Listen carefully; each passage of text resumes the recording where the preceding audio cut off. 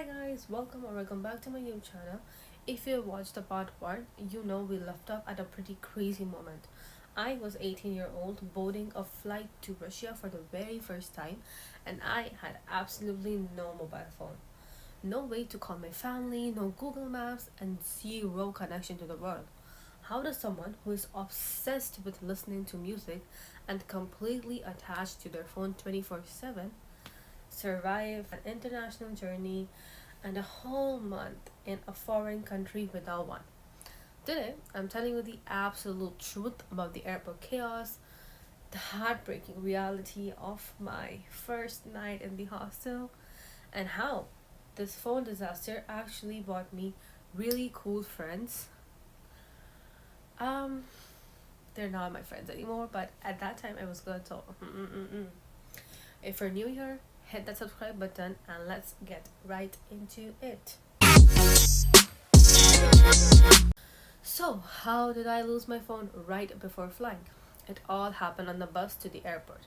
Our agency threw us a going away party. We ate, we celebrated, and then the parents and students were packed into the bus and we were heading to the terminal. We flew from Delhi airport. While sitting in the bus, I decided to take my Indian SIM card out of my iPhone. And now, if you have an iPhone, you know that when you restart it or mess with the SIM, it asks for your passcode. Here's the problem. I had both my left and right thumbs registered for fingerprint touch ID. I hadn't typed my passcode in months. I completely forgot it. I tried typing what I thought it was. I tried so many numbers, all the numbers that I could think of, I would wrong. Tried again, wrong, and wrong. My phone completely logged me out. This wasn't just a minor inconvenience, it was a full blown emergency. This was just after COVID, so it was mandatory to show our COVID test results, and it was digital. We had to show them at the airport during check in. I had no laptop, no iPad, nothing but my phone, which was pretty much useless at that time. Panicking, I turned to the students around me. There was this one girl I had talked to during the event. I asked her for help and she agreed, but when we reached the airport, she was nowhere to be found. She had already left, and I was still bidding goodbye to my parents. So when I was in the line for check in, there was a guy right behind me, and I asked him for help. I explained him the whole situation. First of all, it is so embarrassing. I'm going to a new place, and there are new people around me, and I have to tell them that I did such a stupid thing. I don't remember my password. What the hell? So embarrassing. But thankfully, the guy behind me stepped up. I used his phone to call my mom and asked her to send the test results on his WhatsApp. And then I used his phone to show it on the check in. And then we were waiting to board.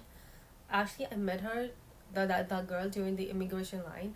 She was like, "Oh, I just wanted to be early so we don't miss the flight." I was like, okay. But then I think the whole journey I used her phone to call my mom and update her what was going on, what's not. And while talking, I told her how I love music and it's so sad I don't have my phone. She also did let me listen to music on her phone while we were waiting for our flight to board. Next came the layover in Moscow. To this day, I honestly do not remember what I did during those hours. Everyone around me was staring at their screens, and I was just sitting there completely blank, experiencing a world without technology. Thankfully, I could contact my home because of the girl, thanks to her. And then we finally reached our university hostel in the middle of the night. We reached really late, around 11-12 p.m. Up until this point, I had not cried once. I did not cry once. I did not cry when we were saying goodbye to the family. I didn't cry on the flights, even though I didn't have any phone. I thought I was being so tough. But then we walked into the hostel mess to eat. The food was almost entirely finished. There was just a little bit left. I looked down at the plate and I saw the rice. And I swear to God, guys, I swear to God, I've never seen such tiny microscopic grains of rice in my entire life. They were so fat. Okay, it looked so foreign, so different from home. Looking at that rice grain, the reality hit me. I am thousands miles away from my home, and I burst into tears. I couldn't stop crying. It was so embarrassing, but the seniors were so sweet. They calmed me down, they asked me if I wanted to eat something else, and then they took us to our rooms. Because it was so late, the hostel administrator wasn't there to assign us our permanent rooms. They told us to adjust in temporary room for the night. When I walked in, my jaw dropped there too. It was a super small room crowded with four beds. There was no physical way four people could live there permanently. And I started crying all over again. And I was constantly praying to God that they weren't lying to us, that this was just a temporary room, and that we wouldn't be stuck in this tiny box for the whole year. Thankfully, later on, that room was changed into a proper two-seater room, but the first night was pure survival. And for an entire month, I lived without phone. We tried everything to fix it. One of my seniors had a MacBook, so we spent hours following a YouTube tutorial. We even called the Apple support back in India, but none of those things worked. But this disaster had a silver lining. Because I had no phone, I had to talk to people. A few girls in my hostel became my friend, and I would use their phone to call at home. Foreshadowing, but they aren't my friends anymore. First year.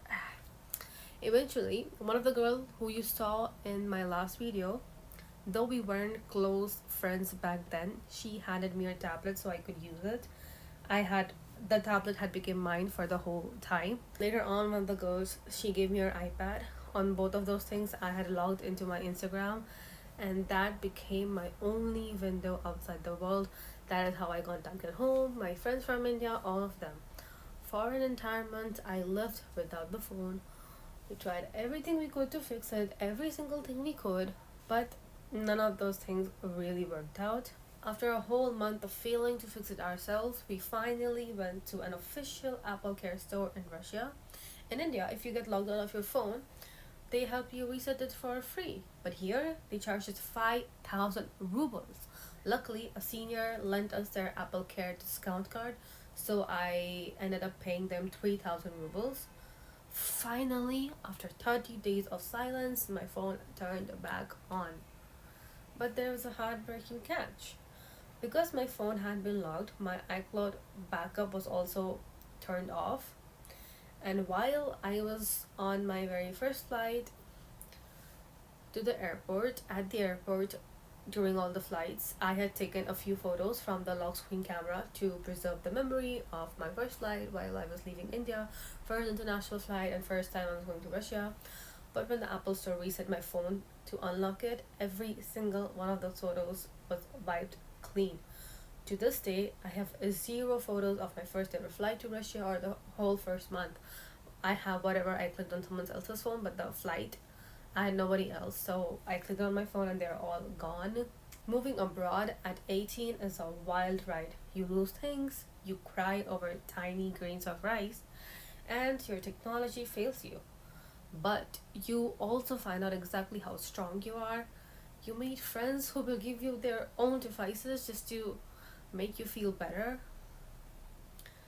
even if they're not your friends after that. But at that time, yeah. Thank you guys so much for listening to my story. If you've ever had a crazy travel disaster, or if you're planning your own journey abroad, let me know in the comments below. Don't forget to like, subscribe, and share the video with a NEET aspirant who needs to know that life goes on after the exam. I'll see you guys in the next video. Bye.